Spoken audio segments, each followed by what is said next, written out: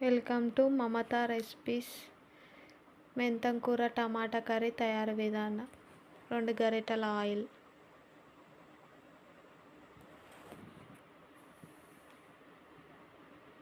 1 tablespoon పోపు దినుసులు,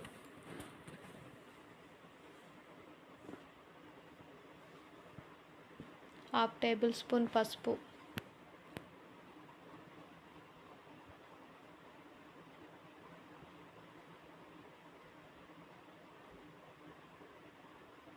మెంతం కూర చిన్నగా కట్ చేసుకొని 5 కట్టలు తీసుకున్న. చిన్నగా కట్ చేసి కడుక్కొని నీట్గా వేసుకోవాలి. కరివేపాకు కొంచెం, మెంతం కూర 5 కట్టలు.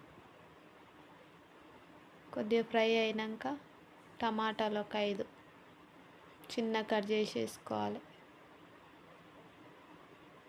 కొద్దిసేపు ఉడికినాక అల్లం వెల్లుల్లి పేస్ట్ ఫ్రై అయినాక 1 టేబుల్ స్పూన్ కారం, టేస్ట్కి తగినంత సాల్ట్, 1 టేబుల్ స్పూన్ ధనియా పౌడర్, కొంచెం కొత్తిమీర వేసి కలుపుకోవాలి. ఒక 10 నిమిషాలు ఉడకబెట్టుకున్నాక వాటర్ పోసుకోవాలి.